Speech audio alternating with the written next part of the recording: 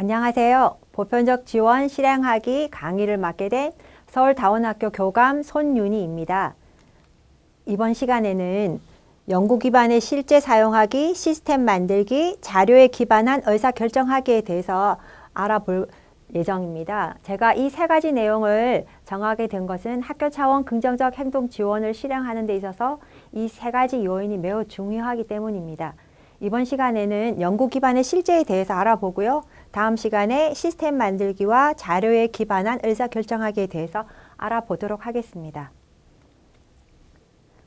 1차 예방인 보편적 지원은 모든 학생과 교직원을 대상으로 합니다. 보통 선생님들은 보편적 지원이라고 하면은 학생만을 생각하기 쉬운데요. 보편적 지원은 학생뿐만 아니라 같은 건물에 있는 모든 교직원들도 그 대상으로 하고 있습니다. 그리고 보편적 지원의 목표는 문제 행동의 발생을 예방하고 모든 구성원들이 바르게 행동하도록 격려하는 학교 문화 만들기입니다. 그리고 주요 요소로 팀 중심 계획과 운영하기. 그래서 대부분의 학교 차원 긍정적 행동 지원을 하는 학교들은 PBS 팀을 구성하여서 운영하고 있죠. 그리고 학교 내 모든 환경에서 적용되는 기대 행동 정하기, 기대 행동 가르치기, 그리고 규칙을 잘 지키는 행동을 격려하기, 부적절한 행동에 대한 합의된 후속 결과 제공하기, 다양한 형태의 자료 수집 활용하여 의사결정하기가 주요 요소입니다. 이번 시간에는 이 요소 중에서 연구 기반 실제에 대한 내용을 중심으로 알아보도록 하겠습니다. 보편적 지원에서 많이 사용하는 연구 기반 실제는 다음과 같은 것이 있습니다. 기대 행동 정하기, 게시하기, 기대 행동 가르치기, 상기시키기, 적절한 행동을 인정하기 위한 강화 전략 사용하기, 부적절한 행동을 다루기 위한 교정 전략 사용하기 등이 많이 사용됩니다. 이것을 학교 차원 긍정적 행동 지원에서 사용하는 이유는 많은 연구들에서 이러한 것들이 학생의 행동 관리나 학급 관리에 굉장히 효과적이라는 것이 증명되었기 때문입니다.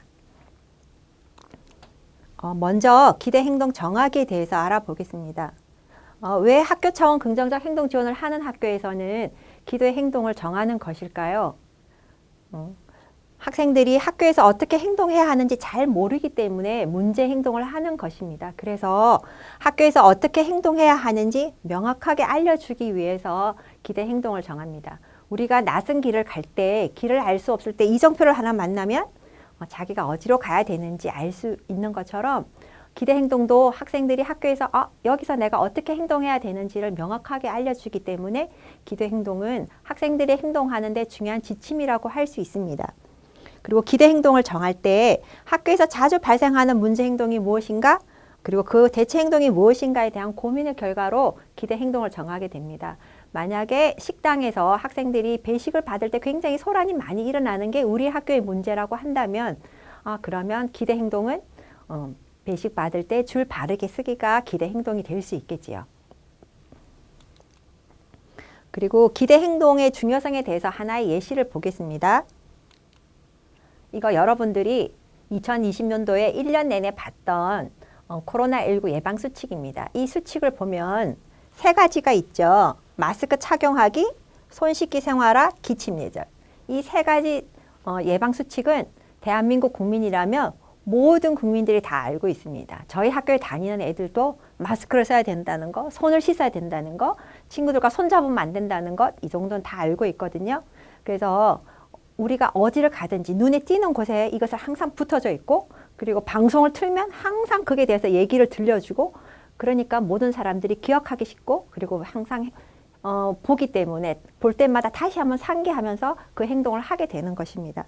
그래서 기도 행동은 학교 곳곳에 이렇게 붙여서 스스로 행동해요, 바르게 행동해요, 안전하게 행동해요 하는 것을 알려주기 위해서 이렇게 만들어서 잘 보이는 곳에 게시합니다. 이렇게 학교들에서 표식 같은 거, 표지판을 만들어서 붙이게 됩니다. 그리고 기대 행동은 학교 구성원의 의견을 반영하여서 포괄적이고 긍정적인 진술 3가지에서 5개 정도의 기대 행동을 선정하게 됩니다. 각각의 기대 행동을 실천하기 위한 장소별 이렇게 합의 규칙들이 이제 만들어져서 우리는 그것을 규칙 매트릭스라고 하는데요. 학교에서 이런 매트릭스를 짭니다. 그리고 모든 장소에 대한 규칙을 첫 해에 2-3개 정도의 장소에서 시작해서 점차 늘려가는 게 좋은데요.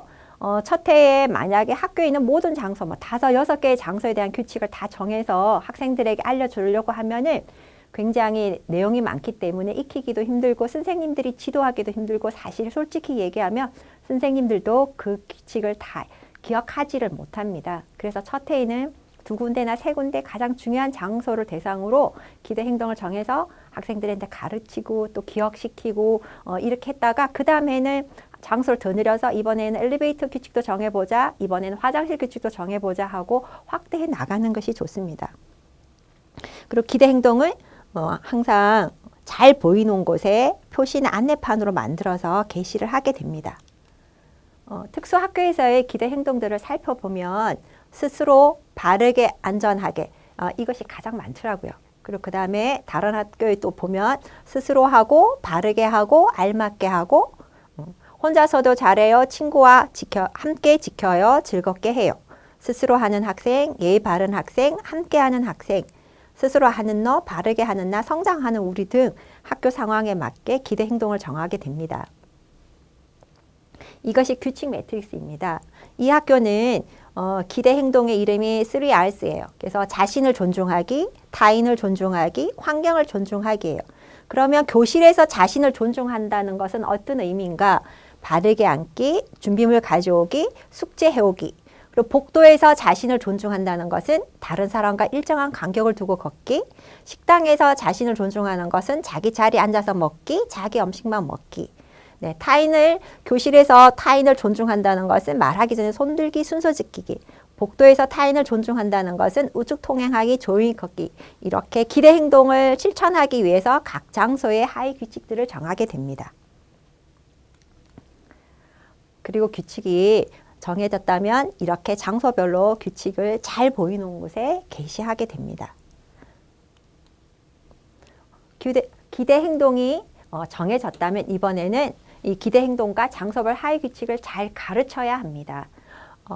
우리가 기대 행동을 붙인다고 저절로 그 행동을 실천하기는 참 어려운 것 같아요. 그래서 기대 행동이 정해졌으면 선생님이 열심히 학생들에게 가르쳐야 합니다. 교과를 가르치는 것처럼 장소별 하위 규칙 각각에 대한 교수 지도안도 있어야 되고요. 그 다음에 그 규칙을 가르치기 위한 자료도 만들어야 합니다.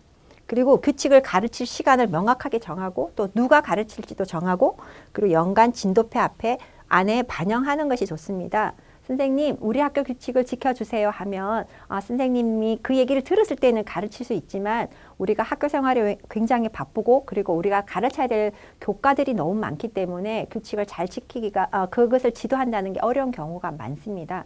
그래서 선생님들이 지도할 때 항상 중요하게 생각하는 연간 진도표 안에 넣어준다면 선생님들이 잊어버리지 않고 정기적으로 지도할 수 있을 것 같습니다. 기대 행동을 가르치기 위한 방법들은 이런 것들이 있는데요. 아침 조회 시간에 매일 아침에 애들이 오면 5분씩 규칙을 가르친다든지, 그다음 창의적 체험 활동 시간에 인성 교육 시간이라는 주제를 만들어서 그 하위로 규칙을 지도한다든지 그렇게 할 수 있고요. 그다음에 기존 교육 과정 속에 삽입해서 가르칠 수 있습니다. 사회과나 국어과에 연관된 제재가 나올 때 규칙을 함께 지도하는데요. 바른말 사용하기, 고운말 사용하기가 국어 교과에 들어가 있었다면 그때 규칙과 관련된 내용도 지도해 볼 수 있습니다.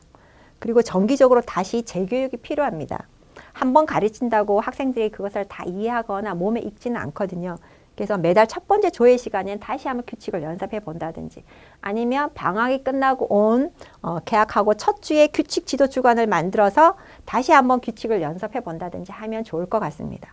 그리고 우리가 코로나19 예방 수칙과 마찬가지로 항상 보고 듣게 하는 것이 중요합니다. 그래서 포스터도 만들고 게시판도 만들고, 그리고 아침마다 학교 방송으로 오늘 지켜야 될 학교 규칙에 대해서 안내하는 학교들도 있습니다. 이렇게 학교 방송을 이용하는 것도 굉장히 유용한 방법이라고 할 수 있습니다. 규칙 자료들을 보면요, 이렇게 이제 규칙을 지키기 위해서는 자료들을 만들어요. 그렇게 해서 서로 교사들 간에 공유를 하는데요. 이 많은 규칙을 한꺼번에 자료들을 한꺼번에 만들면 굉장히 힘든데, 그렇게 하기보다는 첫 해에는 그럼 PPT 자료들을 하위 규칙별로 만들고, 그 다음에 규칙송을 만들고, 두 번째 해에는 동영상 자료들을 만들고 학습지를 만들고 이런 식으로 연도별로 우리가 학습 자료를 조금씩 만들어서 쌓는 방법이 좋을 것 같습니다. 그러면 이제 선생님들이 궁금하실 거예요. 그러면 이 자료 누가 만들어야 되지? 그게 궁금하실 텐데요. 학교 차원 긍정적 행동 지원을 처음 할 때는 그 PBS 팀 중심으로 좀 몇 사람의 도움을 받아서 자료를 개발하는 것이 좋을 것 같습니다. 그렇게 해서 기본적으로 규칙을 지도할 때 처음에 규칙이 어떤 내용인지 자세하게 설명하고 그 다음에 규칙을 지키는 행동과 규칙을 따르지 않는 행동을 변별시키는 내용들이 들어가야 되니까 그런 기본 틀을 선생님들 일단 먼저 알려준 후에 그 다음에는 각각 자신의 수업과 연계해서 하나씩만 만든다면 우리 학교 규칙 10개 정도는 그렇게 어렵지 않게 만들 수 있을 것 같습니다. 그리고 그러면 자료를 활용해서 어떻게 가르쳐야 하나? 이것도 어려워요. 사실 자료를 만들어 준다 해서 자료를 지도하는 게 그렇게 마냥 쉽지는 않습니다. 왜냐하면 규칙이나 이게 사회적 기술은 이렇게 그죠? 화면으로 설명해서 얘기를 한다 해서 학생들이 그걸 다 이해하기는 굉장히 어렵습니다. 왜냐하면 규칙이라는 것을 몸으로 익혀야 되는 거고 어떻게 하는지 직접 해봐야만 되는 것이기 때문에 설명으로 끝내서는 학생들을 이해시키기가 어려운 점이 있습니다. 그래서 기대 행동을 가르칠 때는 이런 방식을 사용하는 게 좋습니다. 처음에 앞에 맞는 것처럼 자료를 활용해서 규칙에 대해서 설명을 합니다. 바르게 앉기라고 한다면 바르게 앉는다고 하는 것은 의자에다가 엉덩이를 끝까지 밀어 넣어서 등받이까지 앉는 거야. 그리고 등을 의자 등받이에 붙이고 두 다리는 발바닥은 땅에 닿게 하는 거지. 그리고 턱은 이렇게 조금 당기고 두 손은 책상 위에 올려놓는 거야. 그것이 바르게 앉기다. 이렇게 설명을 한 뒤에 선생님이 직접 시범을 보여줘야 됩니다. 그래서 선생님이 의자를 놓고 직접 앉아서 어떻게 앉는 건지 보여주고 그 다음에는 학생들을 나오게 해서 기술을 연습시켜야 되고요. 처음에 선생님이 좀 도와줄 수도 있고 그다음에 스스로 할 수도 있는데 이때 선생님이 우리 반에 있는 애들 중에 한 명만 선정해서 미연아 너가 나와서 한번 해봐. 한 명만 시켜서는 안 되고요. 우리 반 사실 크지 않잖아요. 특수학교나 특수학급이나 학생들 5명, 6명 뭐 많아야 7명인데 그 학생들 각각 다 나오게 해서 다 한 번씩 연습해봐야 됩니다. 그리고 수업 시간에 한번 지도했다 하더라도 실제 그 기술을 사용해야 되는 장소에서 다시 한번 지도해야 되고요. 그리고 우리가 문제를 예방하기 위해서 그 장소에 가기 전에 다시 한번 규칙을 상기시키고 그 장소로 가면 문제가 발생할 소지를 줄일 수 있을 것 같습니다. 그 다음에 규칙을 가르쳤다면, 그죠? 학생들이 기대 행동을 한번 배웠다면 그때는 잘할 수 있어요. 그러나 그걸 계속 하느냐가 문제인데요. 그 기대 행동을 계속 유지하도록 하기 위해서는 선생님의 격려가 필요합니다. 교사는 학생이 기대 행동을 가르쳤는데 그 행동을 했어. 그러면 매우 적극적으로, 매우 격렬하게 반응을 해줘야 됩니다. 그런데 이때 할 때도 구체적으로 행동을 칭찬하고 학교 기대 행동과 연결시켜 주는 것이 좋습니다. 그래서 만약에 우리 학교 기대 행동이 바르게 행동하기라면 친구에게 지우개를 빌려줬네. 정말 바르게 행동하는 학생이구나. 이와 같이 행동을 묘사해주고 그 다음에 기대 행동과 연결시켜 주는 게 좋아요. 선생님들이 강화 전략을 사용할 때 보면 참 잘했구나 이렇게 상을 주는 아니면 별을 주는 그러고 마는데 반드시 이 구체적 칭찬이 함께 가야 됩니다. 그래서 기대 행동이 안전하게 행동하기라면 오른쪽으로 천천히 걸어왔네. 와, 안전하게 생활하는 우리 민준이 최고야. 이렇게 행동도 묘사해주고 기대 행동도 같이 연결시켜주면 학생들이 나의 행동이 그 기대 행동을 실천한 거였구나. 내가 이렇게 행동하니까 선생님이 참 좋아하는구나. 나의 행동은 칭찬받는 행동이구나. 이것을 이해하기 쉬울 것 같아요. 그리고 기대 행동을 하도록 격려하기 위해서 우리가 물질적 보상을 많이 사용합니다. 초기에는 학생들이 바르게 행동하도록 좀 더 강하게 그죠? 격려하고 학생들에게 관심을 끌기 위해서 그런 물질적인 걸 많이 사용하기도 하는데 그래도 우리가 칭찬을 할 때는 구체적 칭찬이라든지 쿠폰, 칭찬카드, 선호활동 제공 등을 생각해 보는 것도 더 좋을 것 같습니다. 그리고 강화물을 제공할 때는 학생이 좋아할 만한 작고 저렴한 물건을 선택하는 것이 좋습니다. 여기서 중요한 거는 학생이 좋아할 만한. 네. 우리가 예산이 이만큼 있으니까 색연필을 사자 하고 색연필만 다 사서 계속 색연필을 주면 학생들이 기쁘지 않겠죠.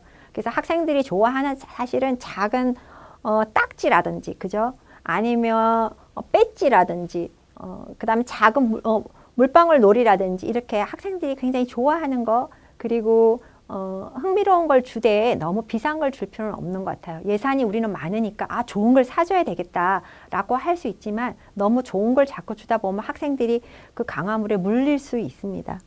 그래서 학생들이 바람직한 행동이 자리를 잡게 된다면 구체물에 대한 강화는 점차 소고시켜줘야 합니다.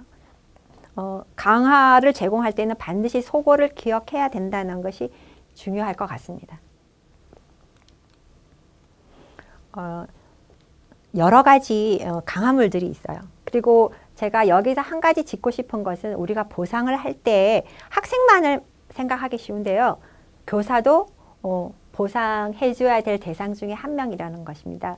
왜냐하면 교사가 힘나서 정말 열심히 학생들을 기대행동을 가르치고 기대행동하는 학생을 격려하고 그리고 다시 재상기시키고 이렇게 열심히 해줘야 되는데 그에 대한 보상이 주어지지 않는다면 선생님들도 지치거나 또는 흥미를 잃을 수 있거든요. 그래서 선생님들이 좀 더 열심히 해주십사 또는 선생님들이 열심히 해준 것에 대한 보상으로 작은 선물을 줄 수 있습니다. 학생들은 선호하는 자리를 준다든가 현관에 사진을 게시해 준다든가 그 다음에 학교 전체 앞에서 상을 받는다든가 비디오에 출연한다든가 뭐 칭찬 카드를 받아서 엄마한테 가져다 준다든가 이런 걸 사용할 수 있고요. 학급 회장으로 임명해 준다든지 컴퓨터나 게임 시간 좋아하는 활동들을 할 수 있게 해주는 게 보상으로 제공될 수 있고 뭐 간단한 간식이나 학용품, 티셔츠, 학교에 카페가 있다면 카페 이용 쿠폰 같은 걸 줄 수도 있습니다. 그리고 숙제를 면제해 준다든가 자유시간을 주기 또는 점심시간에 제일 앞에 줄을 설 수 있는 특권을 준다든지 이런 다양한 보상을 줄 수 있고요. 교사인 경우에는 여러 가지 상이 있지만 이거 굉장히 좋아할 것 같아요. 선호하는 주차 자리를 한 달 동안 사용할 수 있는 특권을 주겠다. 뭐 이런 걸 줄 수도 있고 한여름 더울 때는 선생님 너무 수고가 많으십니다 하고 얼린 시원한 생수를 줄 수도 있고요. 그 다음에 카페 이용 쿠폰을 선생님들에게 가끔 상을 주면 굉장히 기뻐하십니다. 그리고 학교 의무 감해주기, 방학 때 당직 하루 빼주기 이런 것도 교사를 위한 보상으로 사용할 수 있을 것 같습니다. 그리고 학교에서는 이렇게 강화 매트릭스를 짭니다. 그래서 이제 이 예는 특수학교의 예니까 굉장히 간단하고 단순하죠. 근데 일반 학교고 학생들의 연령이 높다면 강화 계획은 좀 더 복잡해야 되고 좀 더 흥미로워야 됩니다. 여기는 특수학교의 지적장애 특수학교의 예이기 때문에 굉장히 심플합니다. 그래서 1강화, 주강화, 월강화로 이루어져 있고요. 1강화는 매 시간 규칙을 잘 지켰다면 여기서 한 칸씩 올라갈 수 있게 해주는 거죠. 그리고 오늘 목표가 4개를 쌓는 것이 우리 반의 목표라면 오늘 4개까지 올라갔다면 얘는 그날 하교할 때 선생님으로부터 칭찬별을 하나 받을 수 있는 거예요. 그리고 주강화는 일주일 동안 칭찬별을 가장 많이 모은 학생을 매주 월요일 1교시에 교실에서 담임선생님이 작은 상품을 준다. 그 다음에 월강화는 한 달 동안 칭찬별을 가장 많이 받은 학생에게 매달 첫 번째 월요일에 체육관에서 교장선생님이 상장도 주고 상품도 준다. 이렇게 강화 계획을 세울 수 있습니다. 근데 이거를 제가 말씀드리고 싶은 거는 첫 해 이렇게 만들었어요. 둘째도 또 이렇게 해요. 셋째도 똑같이 하면 애들이 굉장히 흥미를 잃어요. 그렇기 때문에 매년 약간의 업데이트가 필요하고요. 중간중간에 이벤트들이 좀 들어가면 좋습니다. 칭찬별을 줄 때 학년 말에 쿠폰을 하나씩 줘서 학년 말에 마켓을 열어서 자기가 원하는 물건과 교환하게 한다든지 성탄절을 맞이해서 성탄 마켓을 열어서 자기가 좋아하는 물건을 교환한다든지 하는 이벤트가 중간에 들어간다면 학생들이나 선생님들이 굉장히 즐거워할 것 같아요. 그리고 점차 쿠폰을 강화물로 교환하는 기간을 늘려가는 것도 좋습니다. 왜냐하면 제가 매년 똑같이 하면 안 된다고 그랬잖아요. 그래서 보편적 지원을 하는 첫째 해에 매주 주 강화를 했다면 두 번째 해는 이 텀을 좀 벌려주는 게 좋습니다. 그래서 별을 모아서 이제는 2주에 한 번씩 주 강화를 주겠다. 이렇게 해서 이 간격을 벌려서 그 다음 해에는 그러면 주 강화는 없애고 이제는 이 포인트를 쌓아서 월의 시장을 하겠다. 이렇게 쿠폰과 직접적인 구체물을 교환하는 시기를 조금씩 늘려가는 것도 서고 계획의 일환으로 필요할 것 같습니다. 강화판 예시입니다. 특수학교는 이렇게 좀 단순한 형태를 많이 띱니다. 그리고 이제 이번 달에 제일 잘한 학생들은 이렇게 현관에 로비에 학생 사진을 게시해서 칭찬해 주기도 합니다. 그리고 이제 마지막으로 문제행동 다루기에 대해서도 알아보겠습니다. 문제행동을 다루기 위한 학교 차원의 교정 전략이 필요합니다. 담임 차원에서 해결할 사소한 문제행동 또는 관리자에게 보고하고 기록을 남겨야 할 심각한 문제행동을 구분하고 각 수준의 문제행동에 대해서 간단한 교정 전략을 만듭니다. 그리고 선생님들한테 물론 알려드려야 되죠. 학생들한테 공지도 되어야 되고요. 그래서 학교 내에는 모든 선생님이 학생이 이런 문제 행동을 할 때는 일관된 반응을 보여야 학생들이 우리 학교에서는 내가 이렇게 하면 선생님이 이런 반응, 이런 결과들을 주는구나 이걸 이해할 수 있을 것 같습니다. 그리고 문제 행동을 문서화하기 위한 기록 양식을 개발하고 문제 행동에 대한 자료를 수집하는 것도 중요합니다. 이거는 어떤 A 학교의 교정 전략의 예시입니다. 이 학교는 사소한 문제 행동과 심각한 문제 행동으로 두 개 수준으로 문제 행동을 나누었습니다. 그래서 첫 번째 수준 사소한 문제 행동은 담임 수준에서 해결할 수 있는 문제예요. 그게 이제 교실에서 일어나는 그냥 사소한 문제인데 뭐 친구를 놀린다든지 손장난을 한다든지 책상을 두드린다든지 과제를 거부한다든지 그죠? 이 정도는 담임이 알아서 해결할 수 있는 문제다. 그래서 눈맞춤을 한다든지 가까이 간다든지 다시 한번 지시를 한다든지 안 되면 다시 규칙 재교수를 한다든지 그죠?